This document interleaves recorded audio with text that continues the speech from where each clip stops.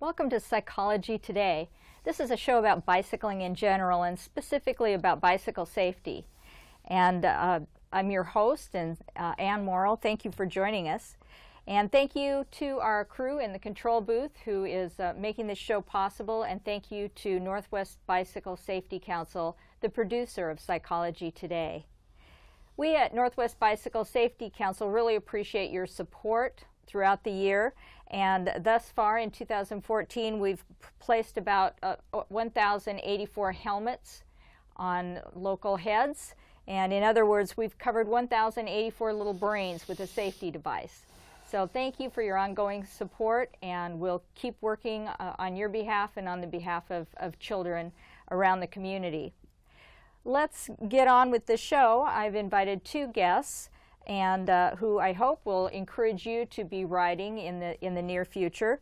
We have Russ Lefleur from Portland bike shop Velo Cult, and he's going to talk to us about winter riding and hopefully help us know what to do for the upcoming damp and cold weather and how we can stay on our bikes, whether it's a commute or just recreational riding. And my first guest is S. Brian Willson, and he's here to talk about his experiences on a hand-cranked bike. And I hope that by listening to him and hearing his tales that he'll encourage us to, whether we're able-bodied or somehow physically challenged, we'll be able to get a bike in our lives. It'll set some options out for people. So it's not too soon to start putting out your 2015 ride calendar and start thinking about goals in the future and how you might want to stay on the bike throughout the fall and winter and spring, and think about goals that you might set for the next riding season, whether it's skills or a goal like being stronger and being able to do hills more easily, or maybe be able to ride farther so that you can have better adventures on your bicycle, whatever it might be. And hopefully Psychology Today will be part of the help to get you there. So let's meet our first guest, and that is S. Brian Willson, or Brian, who is a multifaceted individual, and he's outspoken on many topics.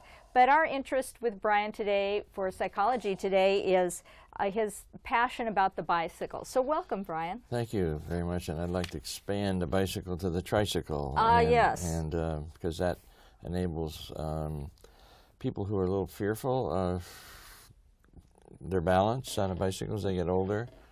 It gives them much more confidence to be able to get and a recumbent also. Yes. Recumbent tricycles. And I've been on a three-wheeled recumbent Handcycle for 16 years. And I've gone 70,000 miles. That's why my shoulders now in a sling, because I just had it replaced. But I'm thrilled to be cycling because it's such a joyful experience, and it's good for the heart. It's good for my thinking process. Yes. And it's such a amazing machine, appropriate technology supreme, I call it.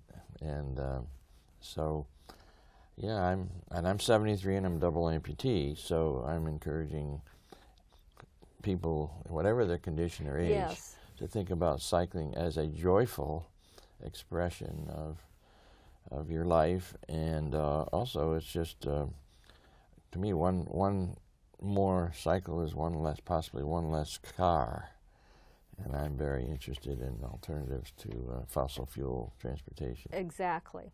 Well, I probably will slip and call everything a bicycle, yeah. But you make an excellent point and something for people to think about, that maybe by adding that third wheel somehow it will make that option possible for them. So why don't you start by telling us a little bit about yourself, your family, and how you came to be in Portland and that sort of thing? Well, about 6 years ago, my wife and I and our dog moved to Portland for several reasons. We were living in a small town in Northern California, Arcata, a nice town actually, a university town right near the ocean. But I don't fly in airplanes, and I haven't for 12 years as part of my commitment to reducing my carbon footprint. And Arcata did not have a train, very poor bus service, but they had an airport, and people were flying in and out, and I knew I wasn't going to be doing that. And as I got older, I also needed to be near a VA hospital, which Portland has an excellent one, and I wanted to be in a cycling culture, which Portland offered even though there's a lot of criticisms we have of the commitment of Portland to their cycling, they still have had quite a good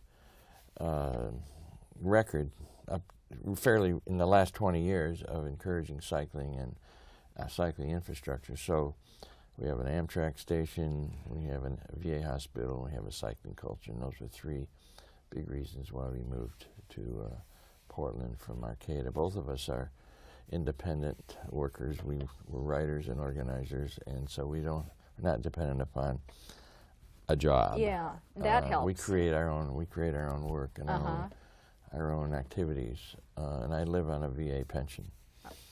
So, what's your bicycling history? Did you have a bike as a youth? Well, I did. I grew up in a farming community in upstate New York, and I bicycled everywhere when I was a kid, and so did every other kid in town, because very few of our parents actually had cars, and it was a very poor town in the late 40s and early 50s. And everything was within 2 or 3 miles. Fishing, swimming, school, church, Boy Scouts. And so, but I was every kid had a bicycle, and we bicycled to school and to wherever, all of our activities. When I left that little town and went to college, I actually didn't cycle very much. It was very casual cycling. And in 1966, I was drafted into the military out of graduate school, and I was cycling just minimally when I was in graduate school. And then 4 years in the military, I wasn't cycling at all, actually. When I got out in 70, I did get a bicycle again, and I was back in finishing graduate school. But when I got into the 1970s more, I became kind of an activist, traveled a lot around the country, and I wasn't cycling much. And it really wasn't until I lost my legs in the late 80s in a very bizarre political action that I started thinking about what am I going to do for exercise and enjoyment and diversion. And but it took me a number of years to discover hand cycling. I could bicycle, but I found that when I increased the resistance, like going up a hill, even a little hill, the pressure I had to put on my stumps to keep cranking the cycle was starting to create a blister. Sure. And I could have handled it with, bandages and stuff. But I thought, maybe if I can cycle with my arms. Well, I discovered Handcycles. And I didn't even know they existed, quite frankly. Why would you? Yeah. And when I discovered Handcycles, I thought, wow, this is really cool. And I have not been off of one until 3 months ago when my shoulder, I just wore out my joint. Yeah. And my right side. My left one's probably going to happen sometime. But so up until about March of this year, I've been cycling pretty regularly, trying to average 15 miles a day, 100 miles a week, basically, until I couldn't because of the pain. So fortunately, I got the shoulder replacement surgery, and I'm 1 month out of that, and I got 2 more months of rehab, they tell me. I'm hoping that's true. Yes, I hope that's true for you. And so, I'm actually just thrilled that I discovered cycling. And as I said earlier, with to you. I think the wheel is the most important Neolithic invention in anthropological history, and bicycling, which came into fore around 1900. Unfortunately, came in about the same time as the private car. Yes. And the car won out because of the seduction of speed and convenience. But I still think the bicycle is the most amazing, one of the most amazing inventions that humans have created. And it's a very efficient energy in terms of moving your weight and small amounts of weight. Very efficient compared to any other form of transportation. So you mentioned that you ride a three-wheeled trike, and I think we have some pictures that we'll be showing. So you call it, it would be called a hand crank trike, or a hand-powered, or a hand cycle. Different terminology meaning the same thing. Yes. And so you talk about, that the bike is your means of transportation, typically. Yeah, and the bus. And the bus, okay. And how do you, well, I if can't put with my a trike, I can't put my cycle in the bus. You can't do the multimodal No, stuff I like cannot. some people do. Not unless I find another design of a hand cycle that easily folds, and I haven't found one that's really right yet. I mean, there's very few that have been designed to fold. And I'm still looking, though. I'm always looking at the lectest cycling technology, and I know that the 2014 recumbent trike convention was just held in Chicago, and I'm interested to know. It was just from the 10th to the 12th of October. So I'm curious to know from people who went from Portland whether there's some new designs out there. Yeah, coming down the pike for you, maybe. But anyway, I'll be fine without new designs. I can. But it's always fun to see, and maybe it would increase your mobility in some way. And I've thought of getting an electric assist also. Okay. But I'm so far been avoiding that because I fear I will cheat too much, and that means cheating my heart of extra. But I hear what you're saying, but it seems like in some ways you'd be a good candidate. Yeah, for I'm that a good if it's candidate possible. for it, and I'm not ruling it out at all. Yeah. In fact, I'm thinking of getting now a leg-powered recumbent cycle, where I'm cycling out in front of me instead of up and down, which is less stress on my stumps. And if I do that, I could also add an electric assist if I need to. But I've decided that my shoulders have had 70,000 miles, and maybe if I can get another 10 years out of my age of cycling, if only half the time I'm using my shoulders, the other half time I'm using my legs, it would be good cross-training. Yeah. So. Boy, you're always thinking about this. So why don't you tell us about, you've kind of described your trike to us, so you have to use your hands, right, and where are the brakes, and where do your legs go, and that sort of thing? The brakes are attached to one of my hand pedals. I mean, that's just a regular caliper brake. Okay. While I have my hand on the crank. The shifter on my cycle is down on the right side, and I have to move one of my hands off the pedals to shift. I could go to a more sophisticated shifter, but I'm trying to avoid having too many cables that I have to deal with in this cranking motion up here. Yeah. So I only have one cable now. I don't know, but it's I just haven't really ever been that concerned about the most advanced, nifty ways to do it. But I've just been so happy that I've been cycling without the latest and the latest. Now I've thought a lot more about it because I haven't been cycling, and what am I going to do next to maybe improve my cycling? But I do a lot on the Springwater corridor. Oh, do you? A lot of cycling on there, and I just take off from my house, often with no plan whatsoever. I mean, if I'm going to a meeting or going to the store, that's one thing. Yeah. But often, if I want to just get in 10 to 20 miles, I head for the Springwater, and I only have 2 miles from the Springwater. And I'll just go out as far as you want, turn around and come back. Exactly. And you're pretty safe out there? Yes. Yeah. I mean, I wouldn't go out there maybe at dusk. Right. But I've never had any problems. And it's just beautiful nature when you get out beyond Johnson Creek Boulevard. Oh, yeah. It's very nice. You've probably been Yes, on it. I've been out at a time or two. So when you've talked about kind of having this epiphany that you get on a bicycle, what were you looking for when you got a tricycle? What did you have in mind? And what I discovered handcycling, it was a tricycle. It was a I forgot the make, now Top End I think it was, but I was in Northampton, Massachusetts, and there was a trail there across the Connecticut River on a bridge, and there was a little state rental office that had handcycles. I'd never seen one before. Okay. And I got on one and went 10 miles. I said, well, this is it. And that was in 1996 or 7. Mm-hmm. And really I've been on one ever since. So that was, and I have been in 5 marathons. In the wheelchair division now often has a handcycle. You go in the handcycle, in the wheelchair division.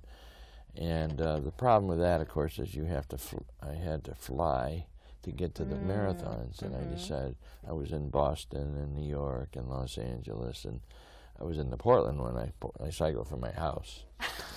Yeah, that was easy. That was easy, but it wasn't so easy getting to the starting line, though, because I got down there with the huge crowds and with the security.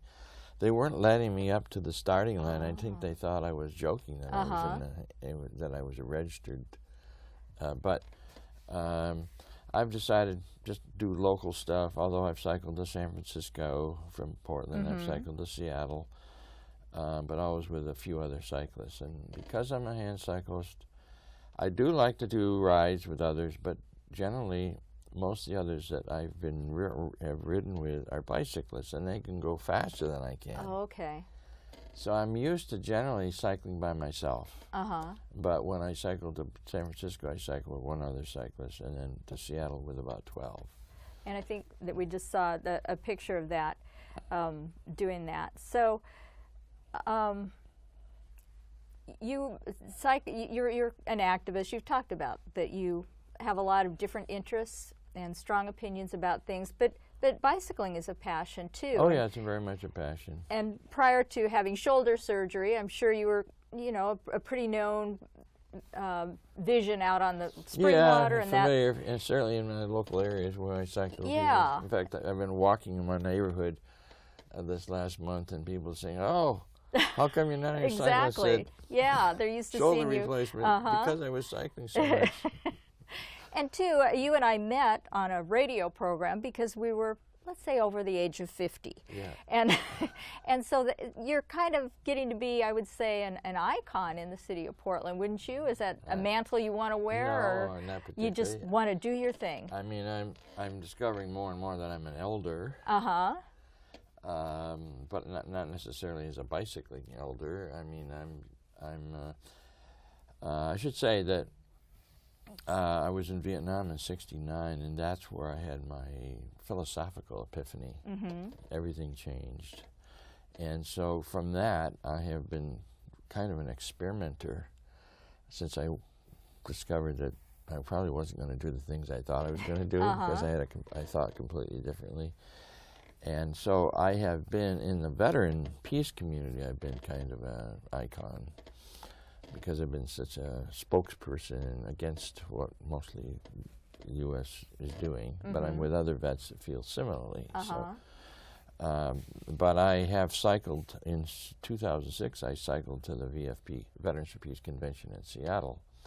And I know a lot of the vets thought that was a silly thing to be doing. And I said, well, you're all flying to the convention, and we're coming to a convention to oppose U.S. wars, and the wars are about oil.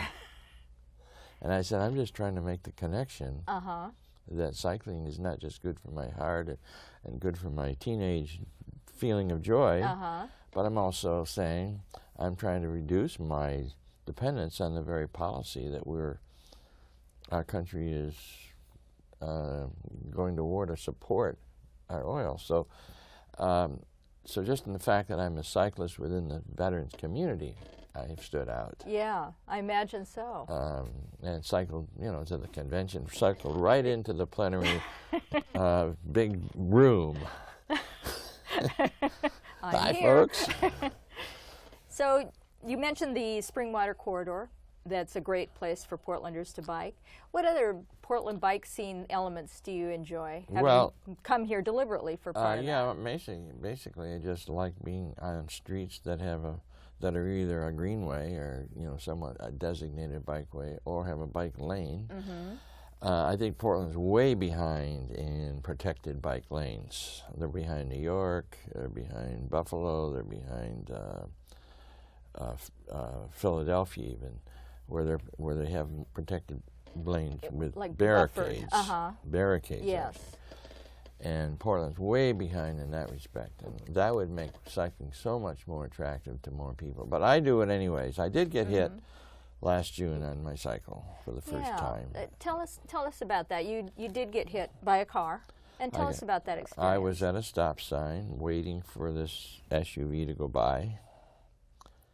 This was on Clinton and 51st. 51st is a Sharrow Street. I was coming down Sharrow, stopped at the stop sign at Clinton waiting for this SUV to go by, and it didn't go by. It actually turned sharply into the side street, but into my lane, into the wrong car lane. Yes. And it was a Chevy Suburban, which is the largest SUVs that are made, 5,800 pounds, one of the largest. And the woman who hit me did stop, and she heard me screaming, and she heard the metal hitting my cycle to ruin my cycle, and I flew to the pavement. I slammed into the pavement off the front of her vehicle, and that was the first time I'd been hit in all my cycling. And I wasn't even in it was just on a quiet side street stop sign.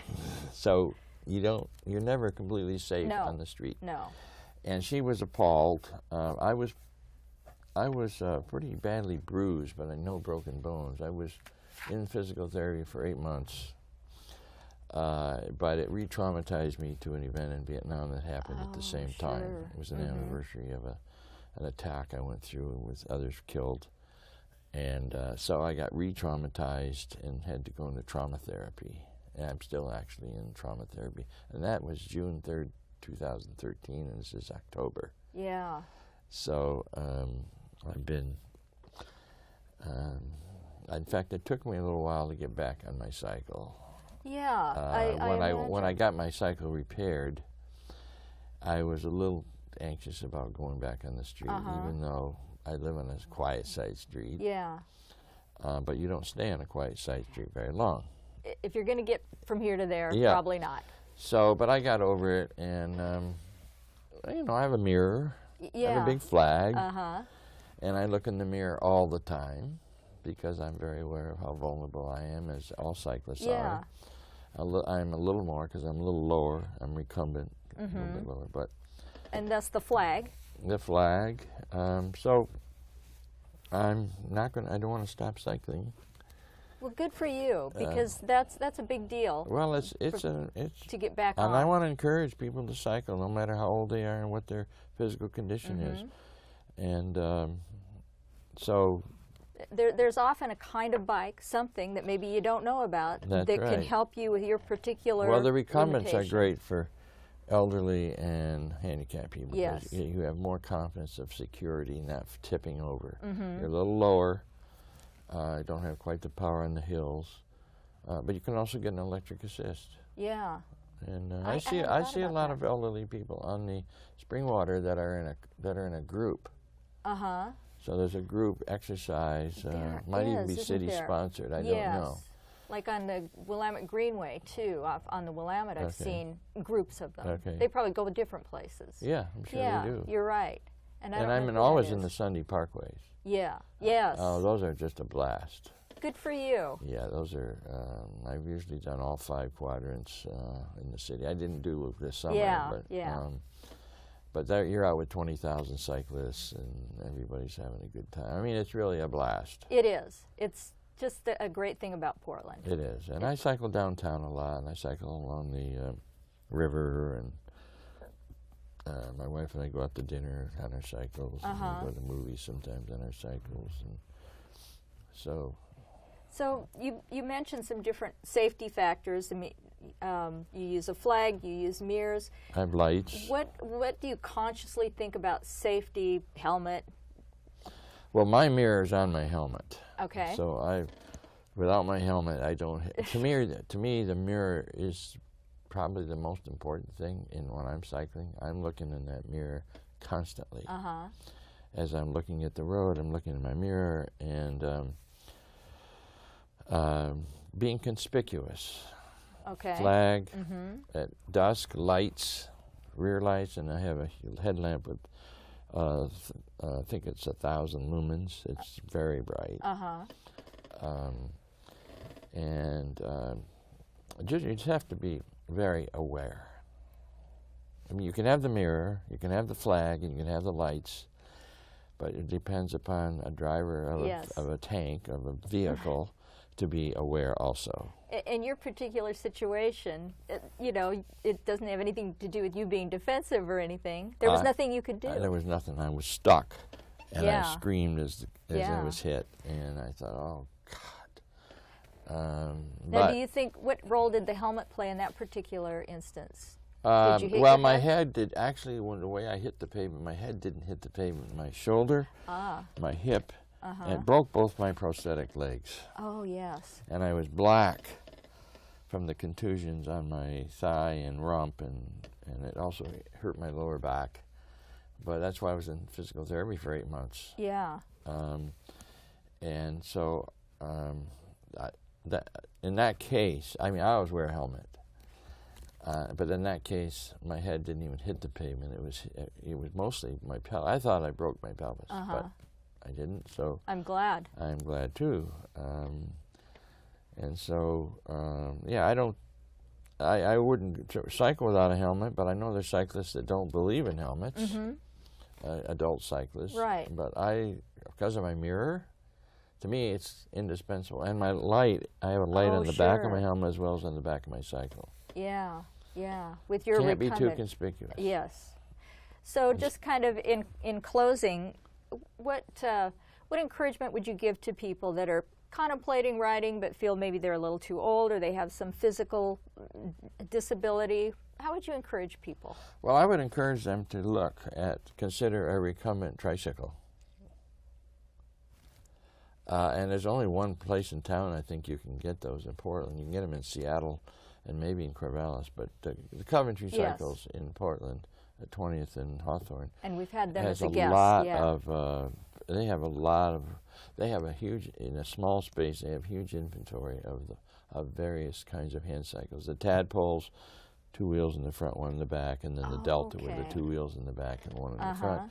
And they also have had recumbents, two-wheeled recumbents, but they're not so popular like they used to be. And now these the late what do they call the people that were born after World War II? The baby boomers. The baby boomers. Yes. Now they're getting in their 60s. Yes. And 70s. So when you go into Coventry, you'll notice a lot of old people coming in and checking these cycles out. And that's what I would encourage people to think of: a recumbent tricycle. And I notice that there's a lot more people that are riding those now, and I think that's a great thing. You have a little wider, your what you need is a wider path, so it's not quite the slender bicycle, but it gives you so many more options in terms of psychologically feeling comfortable and safe and stable. And stable. Yeah. And so, I can't say enough about how much joy cycling has brought me, and because I have serious post-traumatic stress disorder from Vietnam, it's also been a tremendous tool for keeping my stress levels down. Just getting out that exercise and the joy, doing something. It's not like going to the gym where you think you might get bored after 5 minutes of cycling. You don't get bored on the street. At least I never have. I'm like, wow. Well, and you watch the seasons and you see all kinds of interesting things that makes you appreciative for being here. It sharpens your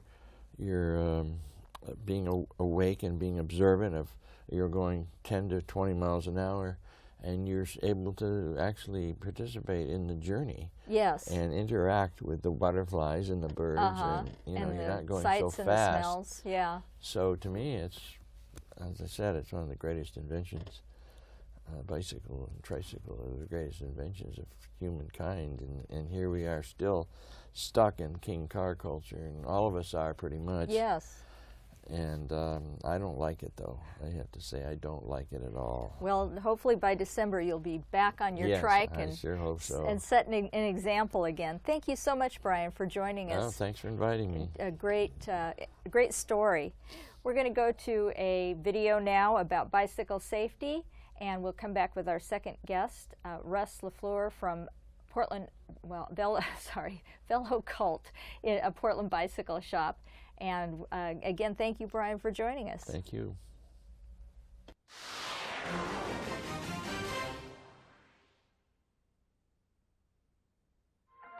Bicycling is one of America's favorite pastimes, yet like everything else, it has its risks. Every year, more children ages 5 to 13 go to hospital emergency rooms for injuries associated with bicycles than with any other sport. Many of these cases involve injuries to the head. Wearing a bicycle helmet can reduce the risk of head injury by an impressive 85%. So go ahead, enjoy the outdoors, but be sure to wear a properly fitted helmet. And remember to adjust it before every ride, or you won't be fully protected.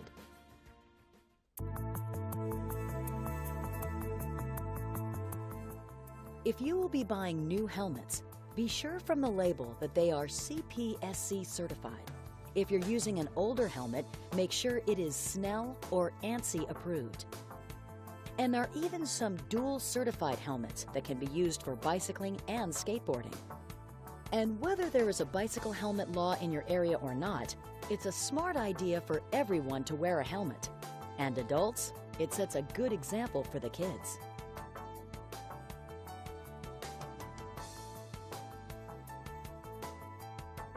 Once you have measured your head and chosen a helmet, adjust the sizing pads or the fitting ring for a comfortable fit without any rocking from side to side.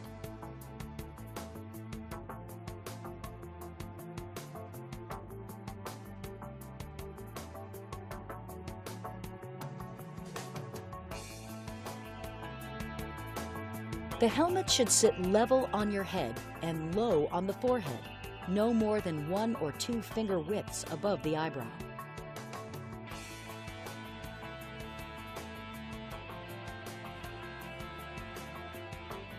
Adjust the lengths of the straps so the buckle is centered under the chin.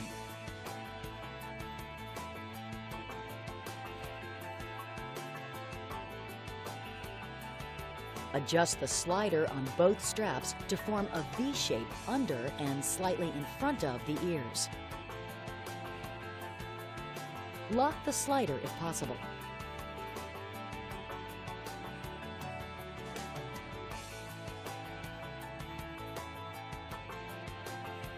Buckle the chin strap and tighten it until snug. No more than 1 or 2 fingers should fit under the strap. At this point, double check to make sure that the helmet is secure and doesn't rock back and forth. If a big yawn doesn't pull down on your head, refer back to step 5 and tighten the chin strap. And if you just can't get the helmet to fit, try another one. Remember, a helmet can only protect your head if you wear it each time you ride. If you outgrow your helmet or are in a crash, replace it immediately or you won't be protected. With your new helmet properly fitted, you can ride with the confidence that you are getting the best protection possible.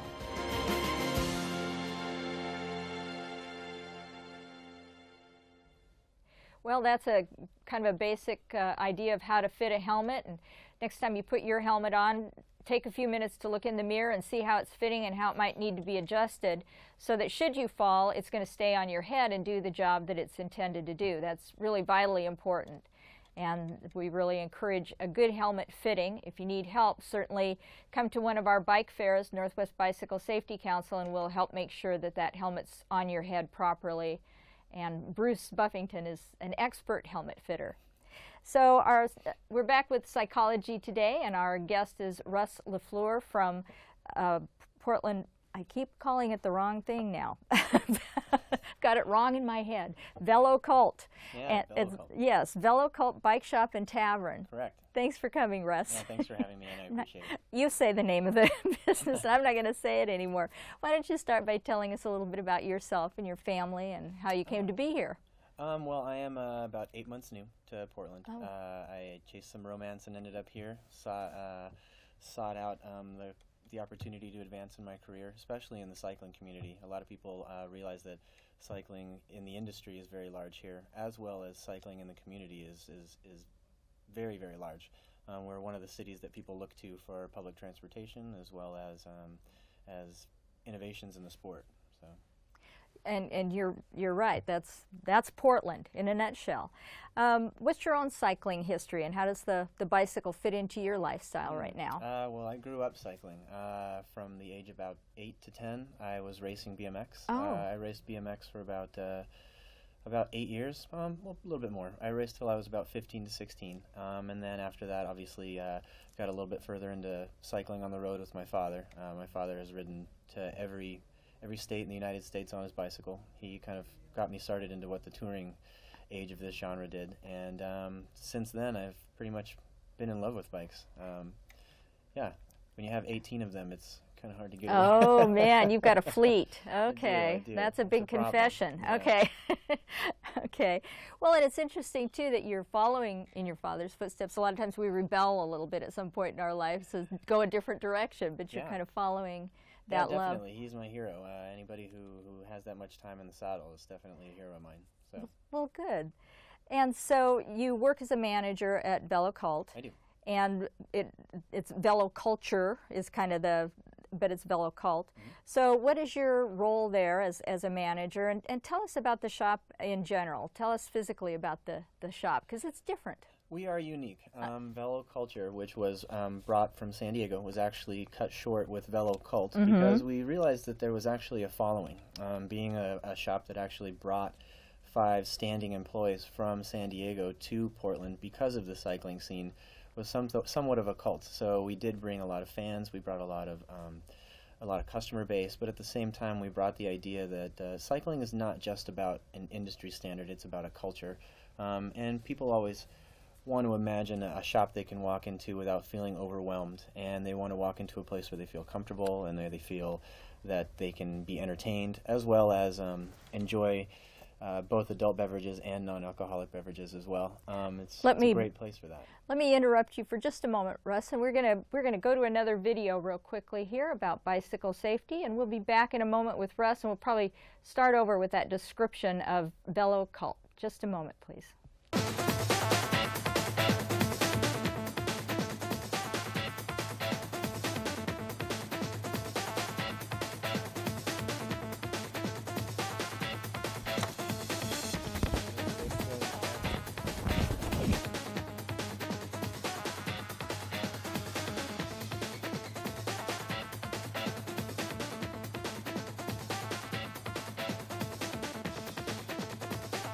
Bike safe, bike smart.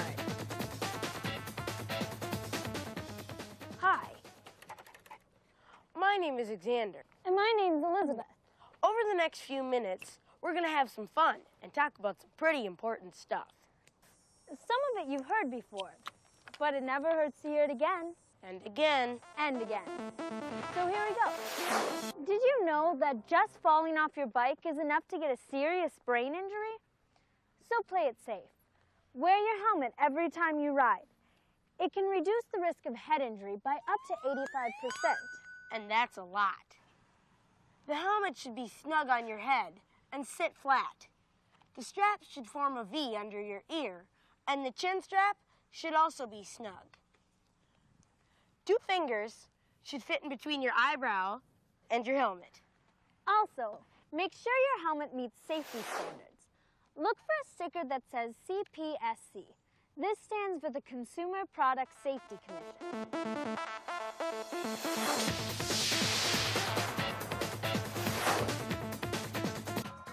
All the stuff we talked about today is common sense. But you still need to think. Be courteous, and be predictable by always riding in a straight line. Wear a helmet. And follow the rules of the road. Ride with traffic on the right side of the road. Ride single file. Obey traffic lights and traffic signs. Check behind you before turning. Use proper hand signals. Stop, look left, right, then left again before entering a street. And use caution at an intersection. Make eye contact with other drivers. Be careful around parked cars, and watch for objects in your path. And at night, be seen to be safe. Never assume that motorists or pedestrians will see you. Remember, bikes are smaller than cars, and if there's a crash between the two, any guesses who will win? That's all the time we have. So remember these 4 words. Bike safe, bike smart.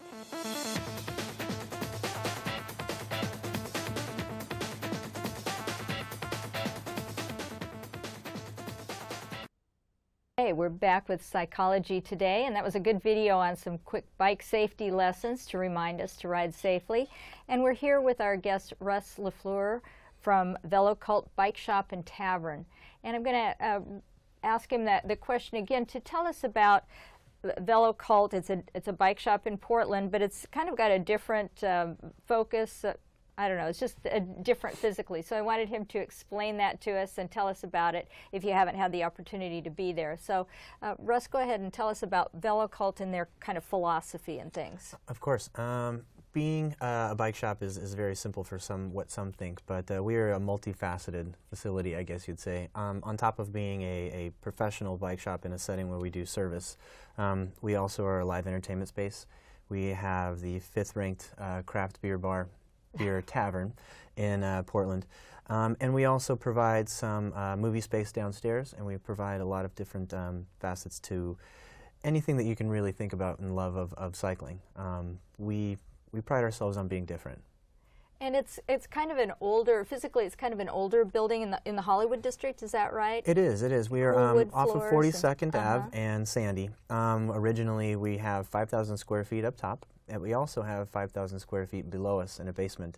If you stop by, we'll give you a tour, because downstairs we have a 40-person movie theater that we view cycling-based movies, or you can hold it for events or talks.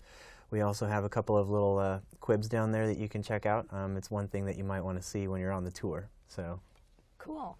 And along those lines, back in September, Jonathan Moss, in his blog, bikeportland.org, he posed the question that should advocates for bicycling consider retail bike shops as something more than a place to hang out and buy stuff? What if we thought about them as being so imperative to cycling revolution that we fought for them and promoted them with as much urgency and fervor as a major piece of new bike infrastructure? And that was an idea pitched by Fred Clements, the executive director at the National Bicycle Dealers Association. So what do you think about that idea, that how essential the bike shops are? I think all bike shops are essential. Knowing that people who frequent bike shops and know the importance of them, having that advocacy for them to be around is huge. Portland alone has somewhat 90 or some odd bicycle shops in the area, and every one of them provide a service to every one of the cyclists in the city. To be able to provide that service to such a large amount of cyclists and having them back up and be an advocate for each one of those shops is amazing. In our standpoint, we love to provide not just the fact that we can fix your bicycle, we can educate you on how to fix your bicycle as well, but you feel like there's times where you just want to stop by, and it's a good place to actually meet other like-minded cyclists and meet other people in the community. We do get a lot of people who have ridden and make that a stopping point for them to kind of move along for their next ride. It's worked very well. We have a lot of people from Seattle touring down to California, and VeloCult is definitely a stop. It is a point to be taken. So. Well, and I think the internet is a great thing. We can learn a lot about bicycling on the internet, but having conversations with people really broadens your horizons as to just little tricks that people are using to maybe keep their feet dry, or how they eat on the road while they're touring, or skills or an event that you might want to do. Definitely. That's how you learn about those things, by talking to people. So. Of course, yeah. Having a hands-on is definitely going to be something better than being able to watch it on a video. Though it's still informative, being able to see that and hold it in your hands and see what it actually is going to feel like. Holding the bicycle and turning the crank and finding out what is actually happening, it's imperative. Yeah. So. Okay. Well, let's get busy with talking about cold weather riding. And I had seen on your site that you were offering some classes and things about how to keep riding in the winter months, whether you're a commuter or a road rider or whatever. Yes, definitely, yeah. So let's talk about some of the specifics. And I wanted to talk about the bicycle itself first. So do I need a special bike for rainy weather? No, not necessarily. You just need a bicycle that has the capability to hold fenders, something that we can easily mount any type of rain protectant that would be needed to be applied. Okay. So I can take the bike I have and ride it all year long. Definitely, yeah. The opportunity now, especially in the technology age that we're in, we have fenders that can be mounted onto bicycles that do not accept fenders, as far as eyelets onto the fork and the seat stays. But we also have a multitude of fenders that can be applied to bicycles that do provide that, be it wider wheels, be it 650B 726-inch wheels. That's one thing that we pride ourselves on, is our fender installment, and we do it right. And I think a lot of us maybe didn't even look at our bike and think about fenders, but if you look at them, maybe the brakes are such that you can't, and so you're saying we've got all kinds of options, whatever the configuration of your bike, we can probably get a fender on there for you. Of course, yeah. We pride ourselves in the way that we do fender installation. Anybody who has come in and had their fenders installed with us know that we take quite amount of pride in what we do. Even if there's a little bit of fabrication that is involved, we will still have that fender installed the way it needs to be installed, properly and safely. So why a fender? Somebody said to me, I'm not going to put fenders on my bike. I'm going to get wet anyway. Why put fenders on my bike? Well, for two reasons. Obviously, if you ride with groups, and like the video had said, if you ride in single file line, it provides safety, especially if you're commuting. You notice in the morning you're riding and there's a group of 15 people and you're all kind of heading the same way in a monotonous, tired line. When you're behind somebody who doesn't have fenders, that water has a tendency to spray up and it gets in your face, and then that loses your visual sight and where you're going to be traveling. So one, it's a safety precaution. Two, it actually provides safety for the bicycle for maintenance. It provides protection from water coming up into the headset, getting into the bottom bracket, and getting into the major areas like your drivetrain that need to be protected from water. Granted, if it's going to be raining, everything will get wet. But remember, when you're traveling on the road, debris has a tendency to float up because it's a little bit lighter. Therefore, debris has a tendency to travel up onto the tire, and then it will get onto the bicycle. All the moving parts are still going to be have a little bit of static in them, so they'll gain up a little bit more of the dirt and a little bit more of the pavement and metallic bits that come up from the road. Okay, that's good to know. I needed that answer. So do I need different tires for rainy riding? Yeah, there are the possibilities of having different tires. Today, a lot of the bicycles that are sold as commuters or hybrids tend to have an all-season tire on it. But coming into the shop, we'll definitely be able to give you a free evaluation of what your tread looks like, whether or not it's going to be safe for a rainy season. Right now, because we're getting away from the summertime, we're getting into a wintertime season. We've been gifted with this Indian summer and being able to ride as much as we can. And being that way, we've had a lot of people been out on the road and really wearing tread. So now is a really good time to come in so we can actually do that evaluation and find out if there's a tire that we can make more appropriate for your bike. And I was thinking, winter riding, oftentimes you can't see the things on the roads. True. So you tend to, it seems like maybe they're hiding under the leaves. Maybe it's just looks like muck and mud and your rain-speckled glasses you can't of course, see. Yeah. So you want to make sure that your tires are as new as possible so that they resist some of that stuff. Of course. One of the things that we do explain in some of our clinics, especially in winter preparation, is that inflation is very important, as well as tire choice, a tread pattern. Being that we're getting into the rainy season just now, you just explained there were a lot of leaves on the ground. This is a time where these leaves are very slippery. Coming into turns definitely is going to be a little more monotonous. When you look for leaves, you're going to have a tendency to slip a little bit more. And if you are underinflated, you will feel that. You'll find that that's going to be controlling the handling of the bicycle and can affect your safety. Okay, that's a good safety tip for the leaves. And what about winter maintenance, kind of generally on the bike? We don't have enough time to get into too much detail. No, do we have 3 shows? I don't know. Yeah, winter maintenance is definitely covered in a lot of the clinics that we provide. We go over the basics. Obviously, is one going to be what you're wearing. It's very imperative to wear certain parts of winter clothing, as well as having your bicycle be prepared. Through different clinics, we provide the necessities of what you need for maintenance, as far as what you might need to protect yourself and protect the bicycle from winter wear. And then the second is obviously going to be what's going to prepare you yourself to be prepared for the cold weather and the rain. Okay. And about the rider, we've talked about the bicycle itself kind of generally, but a good overview. And what about the rider? What kinds of things, I'm just going to start with the head. How are we going to keep warm and dry so we can keep riding? The head and the helmet kind of thing. Yeah, a lot of people realize that the heat evaporates through the head more than it does the major body. So having your head covered at all times is very important, especially, I mean, if you're with your helmet, if it's a cold weather, you can wear kind of a skull cap that fits underneath the helmet, something that might be able to protect the ears. The ears are very important as well. If it is rainy, you definitely want to have a helmet cover. A lot of new companies have provided covers for rain that are clear, that you're still able to see the reflective patches on the back, as well as a nylon cover that you can wear that is a high visibility yellow or green, that would be able to provide water not to be able to get into the helmet vents. Okay, good advice. And the torso, what about like the upper body, jackets, layers? It's all about breathability. A lot of people will ride in wearing a jacket that they feel they can hike in. Normally when you're hiking in a jacket like that, it doesn't provide breathability and ventilation. As cyclists, we have a tendency to feel that the more we bulk up, the better we are, but we are evaporating so much sweat that you will end up soaking that into your base layer, and that actually is more detrimental to your core temp, so you'll be colder quicker. So having a jacket that has proper ventilation, normally you'll have a front layer that is going to be covered for wind protection and wind resistance.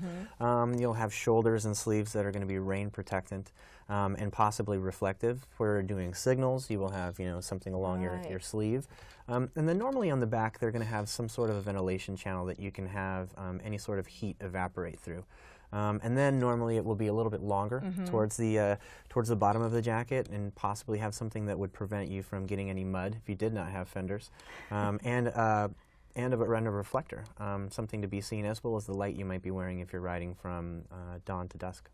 So generally, anything that you're putting on, you might think about the reflectivity about it. Wherever it's going on your body, at least give it some thought. Oh, most definitely. I mean, this is a big city, and there are a lot of cars coming from everywhere, and there are a lot of obstacles, and they're not just going to see you head on. They're going to want to be able to see you at different angles. So having reflectivity all over the body is very important. It's more important for someone to see somebody riding their bicycle than to have it be last second, miss and not being able to see a reflector. Yeah. Okay. And might we use different jackets, like when it's not going to rain? Maybe we have more of a wind-resistant jacket. Oh, of course. But something rain-resistant, water-resistant. Yeah, we provide a lot of different clothing that provides one being rain protective, the other being wind resistant, not having a lot of that rain protection, just having a little bit of breathability, possibly some merino wool that is breathable, that does wick water away. And obviously we do provide arm warmers and leg warmers. Those are the things normally once it goes below about 50 degrees, you want to keep your joints nice and warm, so you want to cover your knees and cover your arms. And that way it can be pulled off once the weather does get warmer. I mean, it has a tendency to do that here in Portland. The sun does have a tendency to come out towards the afternoon. Yeah. The mornings have a tendency to be a little dreary, but you can peel those off. And that's a nice thing about that, because you can peel them off and you can change very simply and easily. Well, we're kind of running low on time here. One last question, feet. What suggestions do you have for keeping our feet warm and dry? Feet are the most important. Feet have to be dry. You need to be sure that you've got one, proper ventilation for your socks to have breathability, but having a protective shoe cover is very important. Something neoprene is very important, because you'll be able to have that water repel away from you, and also you'll be you'll be covered where you're not going to have water seep into the sock, and the sock and shoe will become wet, therefore creating more cold weather and affecting your body temperature. And plastic bags, people just put plastic. Yeah. Hey, sometimes you don't. Such is the day. I mean, Yeah. a lot of pros still do that. A lot of people still put plastic bags and then they put their sock on to keep their feet warm and dry. But technology has advanced pretty greatly, and we carry quite a variety of different shoe covers that can protect against that. So you can save all your plastic bags, because I don't think you can have them in Portland anymore. Oh, that's right. Oh, yeah. Okay. Well, just a quick encouragement for people to keep riding all year. Yeah, don't stop. Just because it rains here in Portland, it really doesn't rain as much as people really think it does. True. There's so many ways that you can be protected and so many ways that you can enjoy the roads, especially riding your bicycle. I just encourage people to keep it up, even though it's gotten a little bit more overcast. It's a sport that is growing by leaps and bounds, and hopefully by next year we'll double that. Very good. Well, thank you so much, Russ, for coming from Velo Cult and sharing. You're obviously very well versed on how to keep riding in the winter months, and I really appreciated that information. Of course. Certainly there are lots of people out there that could share their knowledge with you, so be sure and talk to your friends and go to your local bike shop and talk to people about how to accomplish this and how to ride all winter long. I want to thank our guests, Russ Lefleur from Velo Cult, for coming to the show today and sharing the information about riding in the cool winter months and how you can make that possible. And also Brian Willson, who has some disabilities, and he shared with us his joy of cycling, and he manages to cycle anyway. And I hope that that's encouraging for some of you, that that you can do this too if you find the right bike and find the means to do it. Northwest Bicycle Safety Council promotes safe riding, both by obeying the laws and riding with a level of skill. So one way to learn about the law is to read the law, and one of the local attorneys, Ray Thomas, has a book called Pedal Power, A Legal Guide for Oregon Bicyclists. And it's a good informative way to learn the law about bicycling, and he's got some interesting kind of stories about things, and it really gives you a quick knowledge about the law. He also teaches classes and things around town and through the BTA. So if you're interested in bicycle law so that you're riding legally and knowledgeably, then read the law and know the law. For example, do you know that it's the law that you need to signal your stops and turns, and just to let the cars know and the bicyclists know about what your intentions are? So those things are good to know, and if you know the law, then you can ride your bike according to the law and feel a lot more comfortable. Thank you for joining us, and this was Psychology Today. Thank you. Oh, you're more than welcome.